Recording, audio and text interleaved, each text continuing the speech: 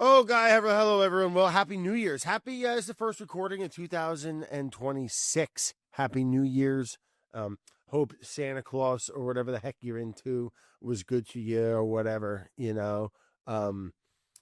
won't believe what Peggy got me. It's unbelievable. Like last year, she got me this like Gucci shirt that I'm like, I'm just not gonna. It doesn't look. It looks like something you would wear, and like it's just. I just never wore it. Whatever. This this year I got some like.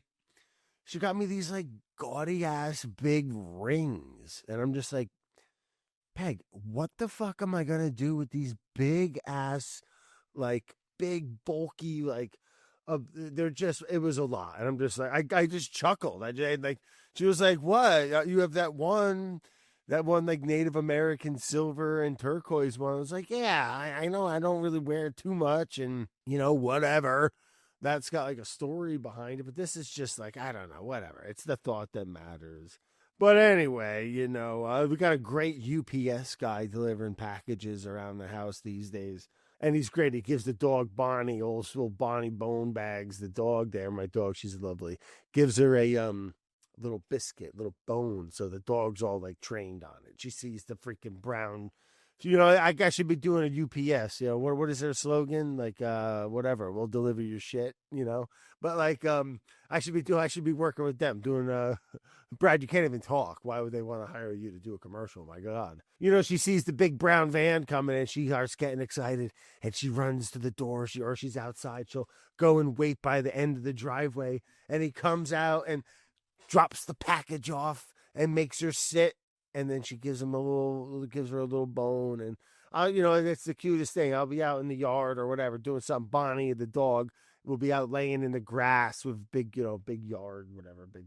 And she'll see the big brown van come cruising down the road, and she'll go running when she sees it coming. It's the cutest thing, Anyway, what can Brown do for you? They'll make my dog happy, and they make me happy. Everyone wins when Justin comes around. But he was out there today, and I saw him. Peggy was out there getting the box. Peggy's my wife, and Bonnie's the dog. Just to be clear here, and Justin is the UPS man.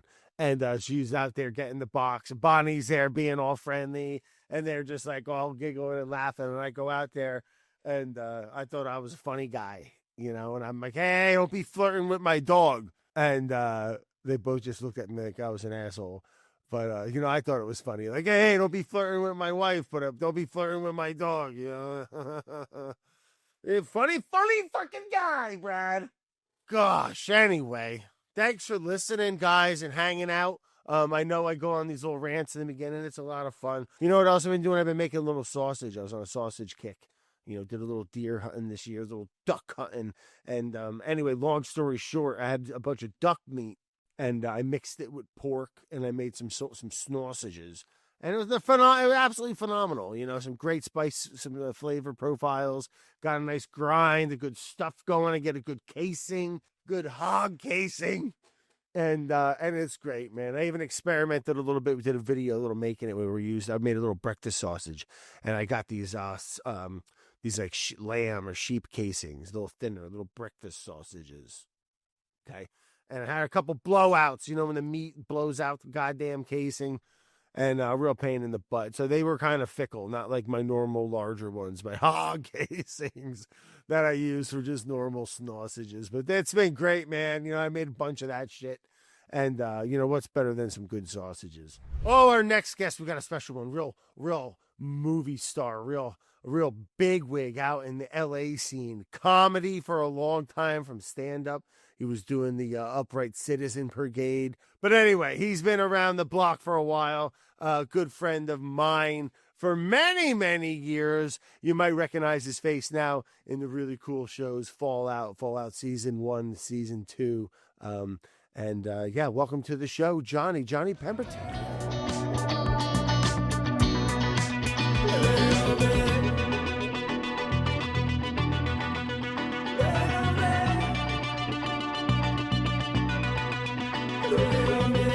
Hey, how you doing, Johnny? Welcome to the show, bud. Heck yeah, thanks for your time. I wish I could be there in person, man. I really do.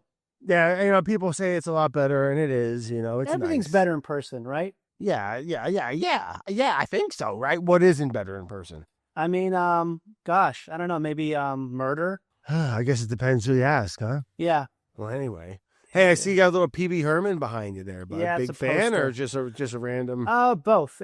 I share an office with a friend of mine, Eric, and this is his poster actually. So, but Oh, okay. I do love Pee Wee. I love all things Yeah. Pee Wee Yeah.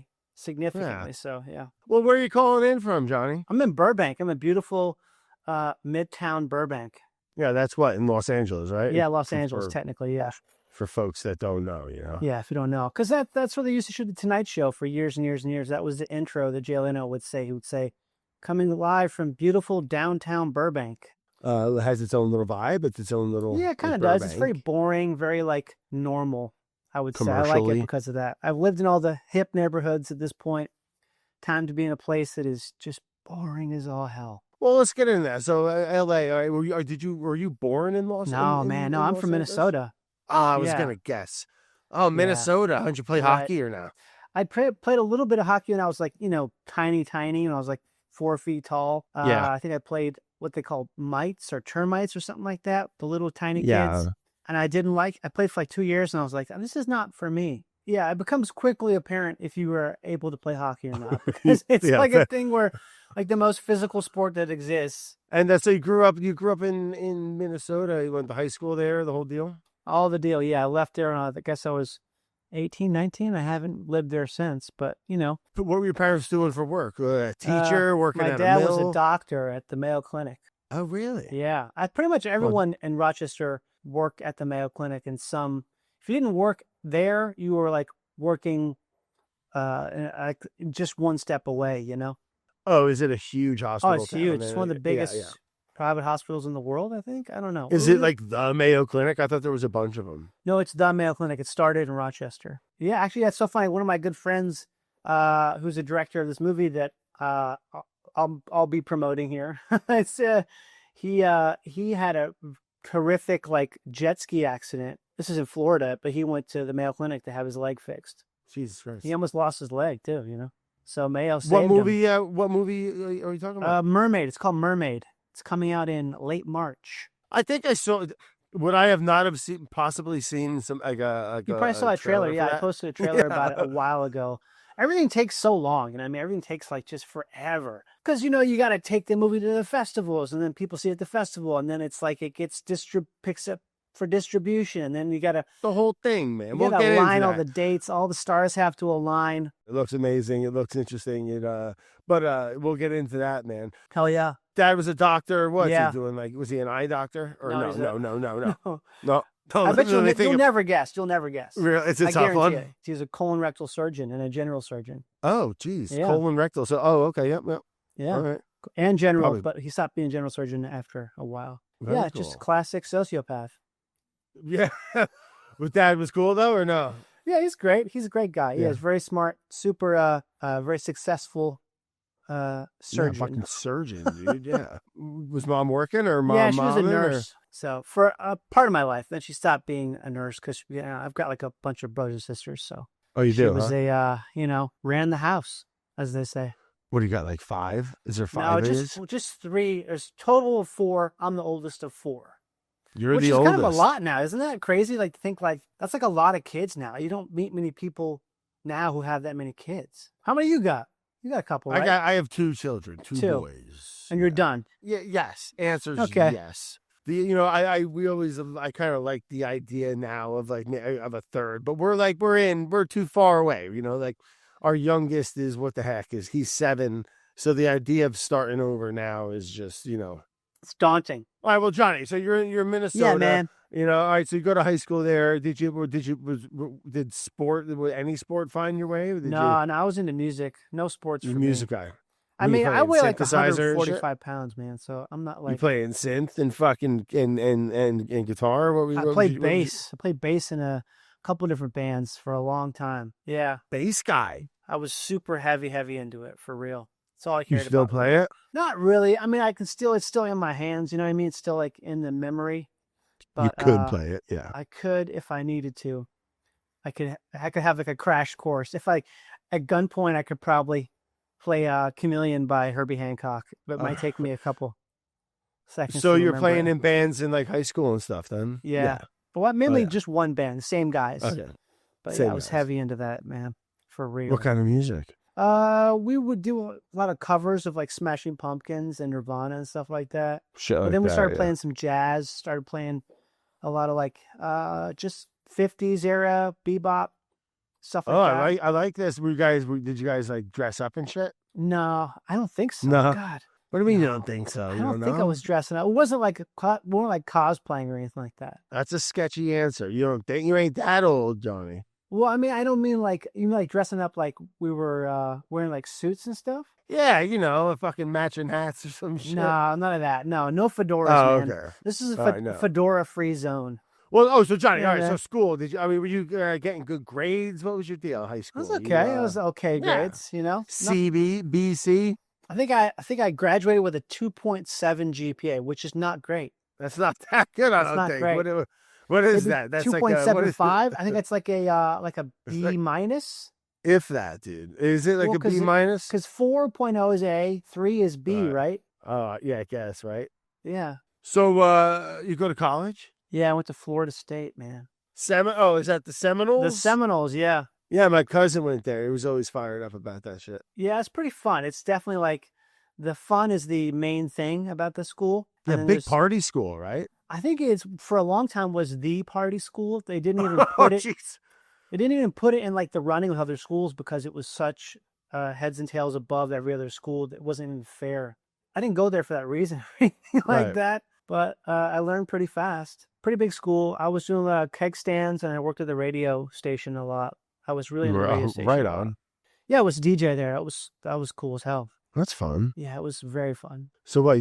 You did 4 years there? Yeah, I did 4 years. I took a semester off to stay in Minnesota to have surgery because I had like my colon removed completely because I had colitis for a long time. So it's actually this show I'm working on right now. Wait, did your dad do the fucking surgery? No, man. Everyone always asks that, but that's definitely not the case. That's actually never the case. Is that they don't let you do that? I think they don't let you, and you probably don't want to. You're too close to the subject, and a big part of surgery is being... that's heavy. Yeah, it's pretty crazy. So 4 years you're working at the radio station the whole time? Yeah, man. Whole time. Yep, whole time. 2 a.m. to 6 a.m. was my shift the first year or two. That's a rough one. Yeah, but like in college, though, you can handle that shit. I could handle... Who the fuck? Who's listening to that shit? That's why everybody's sleeping. People at gas stations and prisons. I don't know. We get a lot of calls. Yeah, it was a pretty big station. Yeah, I guess so. What were you going to school for? I guess I was going to school for communications, which is, kind of a non-major. I wanted to go to the film school, but I didn't get accepted, which is kind of a blessing in disguise, I think. Definitely a blessing. You think so? Yeah, because I don't think the film school, I don't know anyone who's a filmmaker, except for a few people who went to film school. It feels like you go to film school if you want to be like a technical aspect of filmmaking, like you want to be a gaffer, or you want to be a sound mixer, sound guy, something like that. But as far as like the creative aspect of filmmaking, I don't think it's necessarily. I mean, you learn on your feet. Everything I learned on my feet. So all right. So call it Yeah, 4 man. years, Florida State, Tallahassee, man. Yeah, Tallahassee. Overall, good experience. You liked it? Yeah, I love Florida, man. I think Florida is it's such a weird place. Obviously, You look like you could be from Florida. I mean, I don't know. Well, I mean, also, I don't know. I don't know. I would say that everyone looks like they could be from Florida if you think about it. Yeah, I guess, right? Well, yeah, that movie Mermaid, we shot that takes place in Florida, and I play a guy who's a quote-unquote Florida man. So, yeah, I guess I've got some Florida in me. No, you make a good point, though. I think about that for a second. That's anybody could look like they might be from Florida. Especially if you're, if your face is rosy enough and you look just the right amount of disheveled. And I like Florida. Have you been to the Keys? I got some Florida. Oh, yeah, I've been to the Keys, man. I went to the Keys for the first time. Almeralda. Isla you went there? Isla We went there, and then we drove down to Key West and just kind of bopped around along the way a bit. And we drove there from Miami last year. It was a blast. I went on a fishing trip for the first time down there. about a Oh, year and a what were half you ago. chasing? Like tarpon or some shit? Just Or everything. A guy took me out. A fishing guide took me out, and everything? You were chasing everything. just like I'd never been down there before, so he took me into the Everglades from Isla Morada, and I caught a bunch of stuff. Caught like a huge snook. I mean, it was one point where I was just like, every time I dropped the hook in the water, I pull something up. The Everglades was freshwater. I guess it's kind of brackish, right? It's like a Brackish? mixture. Yeah, that's where the good shit is. Florida State, 4 years. Where you living in? Like dorms, or is it a house? You partying? You got a girlfriend? You got a bit of both, boyfriend? You man. got both? A little bit of both. I did everything. I had I lived in the dorm for a little bit, and then I was off campus in an apartment. I bet, man. It sounds like a blast. Was school, did that work out? I mean, what'd you end up doing after college? I moved to Los Angeles, I guess, and I got moved home for a little bit because I didn't have a job or anything. But then I moved to Los Angeles and started doing comedy. Started taking improv class and stuff. I lived with like two of my good friends from Florida State. We lived in a 1-bedroom apartment, 3 guys in a 1-bedroom apartment for about, almost a year, I think. Were you doing stand-up or any type of like improv stuff in college? No, not at all. I mean, no. I took an improv class there, but it was, looking back on it, it was like the least funny person I've ever met in my life. And Right. It was not like I don't know, man. It was definitely different than the experience I had in Los Angeles. But What sparked that idea when you jumped to LA to try to, or was it when you moved back home? Is that when you tried? Is that when you got into it, or was it LA? I just always wanted to do it. But when you're Always, growing up in like a smallish town, the idea of being a comedian or an actor is kind of like you get laughed at if you said you want to do that. It's not like something that is considered to be a legitimate thing to do.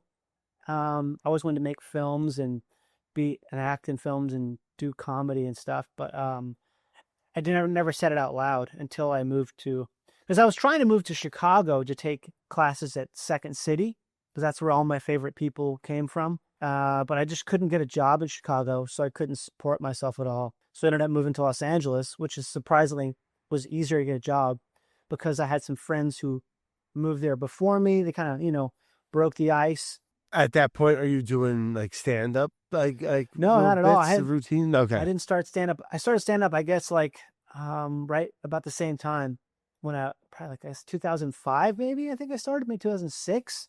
Yeah, I started doing it, and it was terrible. I was really really bad at it, but I just liked it so much that I kept at it. But yeah, I started doing comedy in Los Angeles, which is a really crazy thing to do. Evidently, it's like a thing where most people start in a smaller place for a couple years and figure their shit out, and then they move to LA or New York and start doing it. Why is it like the deep end or something? Because like, yeah, it's like learning to swim in the ocean or something, where also there's like a big thing in LA where you don't want to be seen by a director or producer when you're not at your best. I was unaware of that completely, and I think it was a good thing because I didn't really give a shit about any of that. All I wanted to do was just be as funny as I could be. There'd be people I knew who got on like a TV show or something, and it wasn't even like, I'm like, who cares about that? That doesn't matter. Because TV is dumb. It's so boring and corporate and stuff. You wanted to be the funniest person at this whatever comedy show was going on. And eventually, of course, I did do a lot of lame ass TV shows, but they pay you for them. That's the secret, is that you get paid money. So how was the Citizens Brigade? How did you? It's the best, man. It just opened, right? Like literally a few months after I moved to LA.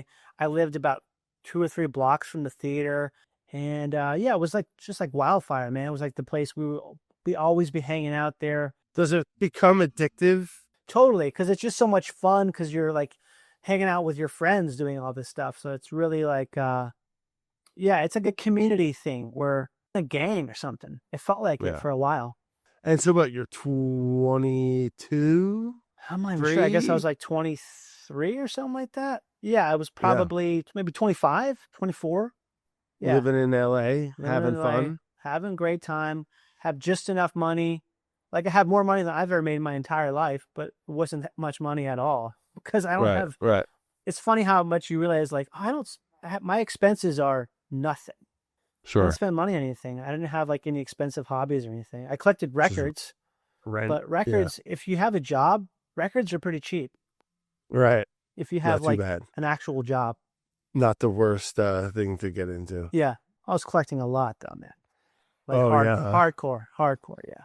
Hundreds, thousands. I got a couple thousand records, I think, at this point. Yeah. Which is Oh yeah. I need to pare them down. Yeah. Is it just a wall? It's like a giant cinder block of, it's like a tank in my garage.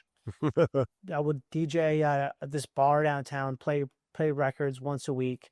In LA. In LA, yeah. At this place called cool. Bar 107. It's been gone for a while. But I used to DJ a lot. In college. So yeah, I mean, I was just into playing records live. I love doing it.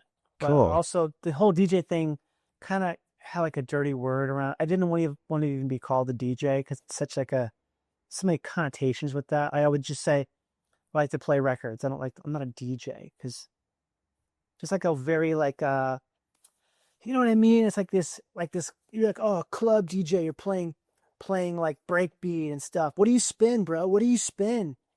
I'm like, you know? Yeah. of Sure. I thing. mean, I guess anything can get like that. What do you right? But I know spin, bro? What kind of beats do you spin? Well, so yes, all right, man. So you're cruising along there, living the dream, getting into what? So you're doing just like, are you doing that? Is that full time? Is that like your job? No. I was, it's just I had a job, I guess the first maybe a year and a half or 2 years. I was in LA and then I got laid off, which was the best thing that what ever were you happened. doing? I was working at Fox Broadcasting. I was doing like basically nothing. I was working in the web department. Just sitting somewhere. It's hard to explain just the degree of nothingness I was doing. Like this is pre-2008 when remember the financial crisis 2008 when everything went to shit. This is before that. And so this was a job that was definitely like, I did not need to be there. There's a lot of people who didn't need to be there. And I was the first round of layoffs, which is indicative of the job not being necessary, but also they liked me enough to let me go early instead of just, decreasing my pay slowly. Yeah. But all right. So Fox is the job. They did that for a year, you said. I don't know, a year and a half, 2 years. I can't remember exactly. But then I was just on my own collecting unemployment and I was buying and selling records. I was flipping records. So I would buy. Yeah, you were. I would go on Craigslist and buy like records. I used to bike down to this record store in Long Beach. It was closing up. It was run by this guy named Velvet Bob. It was a white dude from Arkansas who was a fucking trip, man. This guy, his big ass beard, thick old accent like this. He was always smoking cigarettes and weed in there. He had a bunch of bunnies running around. He had a bunch of literal rabbits running around, shitting everywhere in this record store. And he was selling off all the records. So I went down there.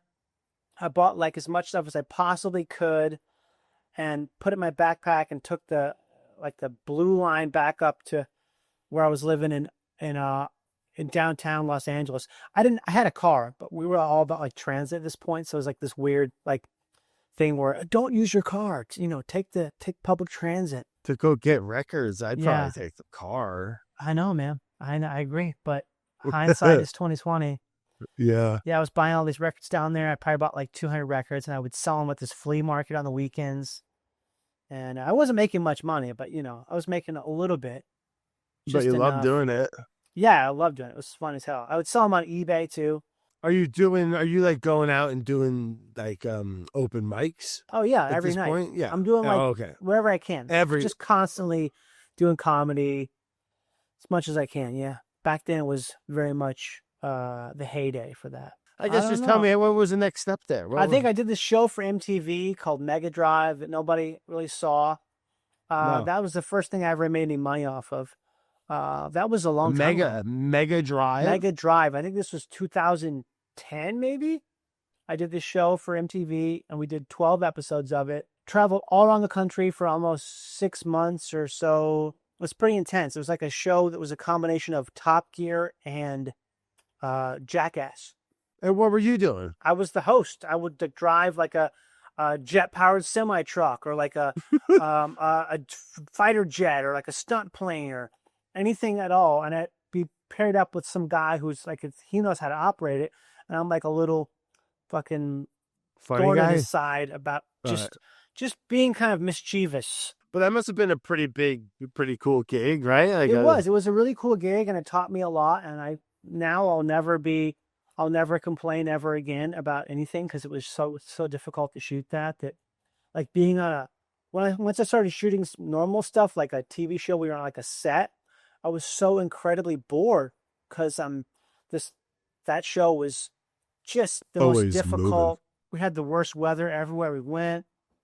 It was one of those things where long hours, everything about it was very difficult, but I didn't know any better. All that matters is you have a good product. Like you just want to have something that you're proud of presenting. And sometimes that takes like a lot more work. It's all in service of making something that you're proud of. How long did we just shoot that for? A few months then? I think it was like 6 months. Yeah. And it came out so long after the fact, and it didn't get picked up for a second season just because, it shouldn't have. That's how stuff works. But I was sure it was going to get a second season, all this stuff. But I'm trying to think, man. Yeah, I mean, that's what kind of started me on my path. And then I got cast in 21 Jump Street. That's kind of like the big thing for me, was that. Wait, 21 Jump Street? You did what? The new one? Yeah, the one with Jonah Hill and Channing Tatum. Oh, okay. Yeah. Okay, yeah. That was the first like big film I did. Oh, wow. Yeah. Was it something you like went and like tried out? Is that the word? Tried out? Is that the word? They call it an audition. Audition. Yeah, they call it an audition. Tryouts is for hockey, man. Right. Yeah. Tryouts is for hockey, or like the cheerleading squad. If you get cut, they don't put it on a piece of paper in the hallway. They just don't call you back. They probably should. So you did your audition there, and you get the call. Do you remember that day? Were you fucking stoked, or what was? Yeah, it was kind of a longer process though, because they asked me to do the table read because they cast me in this very small role. Someone else got the role I was auditioning for, even though one person wanted someone else, but they found a different role for me because they wanted me to be in the movie. So they cast me in this role. It was like a 1-day shoot, and they had me come in to do the table read at, I guess it was Sony. A big ass, huge table, like the biggest table I've ever seen. Everyone's around it. So a lot of times they give you a couple extra voices to do at the table read, like some ancillary parts. So I did a couple other parts that day, and I got the call that they want to cast me in a much bigger role because if I did a really good job with the table read. So they didn't want to have me in just that small role. So they cast me basically as the best friend to the part that I was up for initially, which is basically in every scene that I was already going to be in or would have been in. Does that make sense? Yeah, I was just over the moon. I was going to be in New Orleans, I guess, for about 6 weeks to shoot that. Correct me if I'm wrong, but that was like a rather large production, right? I mean, yeah, it was a big studio comedy. I think it was probably $40 million budget. The movie. Is that what it was? Okay. Yeah. Well, that's a pretty big movie, Isn't that especially wild? for a lot of money. 2011 or whatever it was, 2015. And for a comedy too, right? I feel like they don't even make too many comedies anymore. Not anymore. No, definitely not. Not like that. Is that true? Yeah. It's pretty rare. They don't want to spend that much money on comedy these days. How come? They're so fun. Because they don't make as much money as movies like that are not X-Men that. or something. And you can also make a comedy for cheaper now too. You can make, well, I guess that's sort of an action comedy, so it's more expensive. But I mean, the business has changed so significantly in the past 5 years, let alone the past 15 years. It's just changed dramatically. The scale has gone down dramatically in terms of the amount of films being made. The writer's strike and the SAG strike and COVID, it just decimated the industry completely. There's so much consolidation at the top. It's almost like a monopoly at this point. You have all the streamers have taken away this huge revenue source. I mean, this is all like super boring, complicated bullshit, but essentially the industry it's just contracted severely. And I feel like everyone I've talked to that is involved in movies or in the Hollywood world, it always seems like they're like, is anything shot in Los Angeles? It seems like everything's like in Canada or fucking New Zealand or some shit. The only thing that's shot here is the show I work on, Fallout. That's pretty much one of the few shows that's shot here. and that is like which awesome show, by the way. I haven't man. seen the second one yet, but I saw the first season. It's a crazy show. Yeah, I mean that's a huge production. It must be insane. I mean, basically, it's like a bunch of movies. You know, right? It's not really like technically it's a TV show, but we shoot it on film, on 35mm film. The whole thing. Yeah, the show it's a film show. It's like that's right. It's all film, which that's why 10-hour movie. Essentially, yeah, 10-hour movie, or a bunch of, you could say 8 1.5-hour movies, or I don't know. Every episode is a little bit different, but they're all about an hour long. The first season, tell me about the first season of Fallout? How'd you land that gig? Doing fucking tryouts or what? No, I didn't try out for them. They offered me that. They called me up and asked me if I wanted to do it, and he said yes, because I was said no at first, and then they called back with more money. Because I had a friend of mine who I worked with on a previous show. He was one of the producers, and they needed someone to. They basically kind of had like a hole in the script, and they needed someone to play this character that they were having trouble casting, and they had some very, very, very last minute changes with the cast because of that. And they called me up. I was basically like a last minute guy to come in there and do this. We went and shot in Namibia for about a few weeks, and we shot in Utah for a couple weeks, and the rest of it was just weird, kind of far-flung parts of New York, like Nyack, I think. And we were also in Jersey for a little bit. Just any place that's outdoors and it looks like shit, we would find it and film in it. It's all in LA now. Yeah, they moved everything. They moved the entire set to here. How come? I think because we got a tax incentive from the state of California. Oh, okay, gotcha. Yeah. Like, bring it back, please. Yeah, I mean, that's very public. I think Gavin Newsom, the governor, announced that before they even renewed. Before the first season even came out, Newsom said, we're giving Fallout's coming back to California, and So first season, I mean, pretty awesome experience then. I mean, was that the biggest show? I mean, it kind of is like a movie, for God's sake. Yeah, I mean, it's one of the biggest things I've ever worked on. I think it's one of the biggest things that anyone's ever worked on. It's one of the highest budget shows ever made, I think. It must be. It must be expensive as hell. It is, but I mean, you see that when you watch it, it's very apparent that this is. It's like, when people spend a lot of money on something and it shows. I feel like that's the case of that. It's something it's very expensive, but it looks that way because everything about it is the highest tier available. Like, all the performances are just flawless. All the sets are, I mean, it's the greatest sets I've ever seen in my entire life. Just stunning to look at and so detailed, and everything's just meticulous.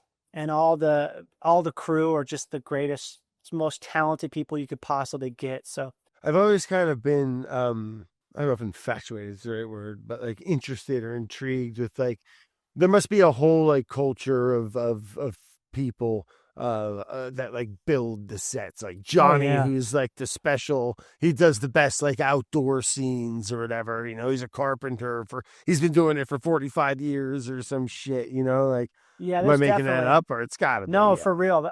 Every niche aspect of filmmaking, I think, kind of has like a gang of people who are culture. Yeah, there's a culture around it, and that's really cool. I love that. Yeah, me too. I think that's pretty rad.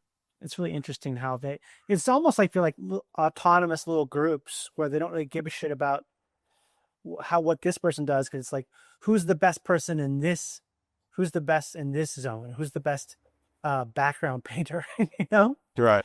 Like, so much of it's practical that a lot of people don't realize that. They're like, oh, is the armor real? It's like, yeah, that's all 100% real. It's all there on the day. So practical on set means that it's like it's physical. It's hard. It's there. It's called a practical effect or whatever. Practical, whatever you call it. I'm not sure, but you say practical because that means it's like you can touch it. It's right there with you. So like the guns and all the cost, all that shit, it's all practical. Yeah, pretty much, except for season 1, that gulper that swallows me.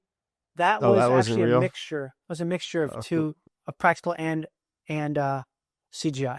So working on more scenes in season 2, or yeah, I mean, you got to see. It's I'm gonna watch it. No, I'm gonna watch it. I think episode 5 just aired This year it's week by week, so it's a little different because the first season was all at once, and Sure. people. I'll wait till it's yeah. all out so I can just A lot of fucking people watch are doing it. that. But you know what? When I get a good thing going, man, I want to be able to watch a whole season. I think that's a good idea, especially for this show, because it definitely has.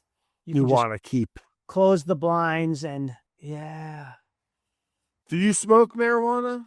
Yeah, a little bit, not that much. I used to. I've never been super into it, but I do like. We used to actually make edibles for the Renaissance Festival here, and For the Renaissance Festival? yeah, Well, for the nights, joisting up there, they eating fucking brownies, or what? We are you make them doing? for ourselves and take them. And one time, I made these Wait, hold on, brownies. slow down. Hold on, hold on.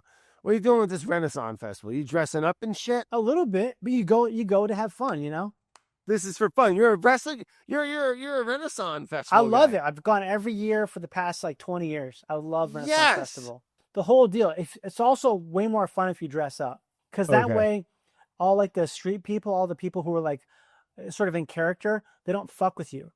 But if Yeah. you're wearing like normal clothes, they're gonna be like, "Oh, what's this, mate? What you doing over here? We go down." You know, they're gonna like talk to you and stuff. You can't stick out. You can't be weird there. There's nothing you can possibly do that's weird, because there's gonna be some guy dressed as Fucking an elf who's rolling Dungeons and around in Dragons. the mud. You go every year?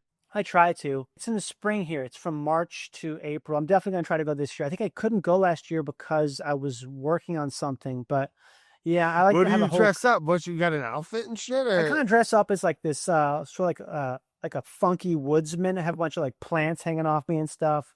I think you got to up your game with your costume. I this know I year. have Like, to. you I'm trying to gotta figure out what I can do. It's reach out comfortable. to like some Hollywood friend that you can get like a fucking yeah. mask or something. That would be pretty cool, actually, to do that. It's the duality of comfort versus incognito. That's always the problem. Shave your head. Yeah, I'll do that. That's a good idea. I'll shave my head. Yeah, I'll Yeah, shave my duh. head, and maybe I'll knock out all my teeth. Well, I would start with the head thing, but Yeah. So Mermaid, or is that the name of the movie? Mermaid? Yeah, Mermaid. Yeah, Mermaid. What the fuck is that all? Are you a mermaid? No, what are we I'm a talking? guy who finds a mermaid, but it's not a regular mermaid. It's like a creature. It's like What?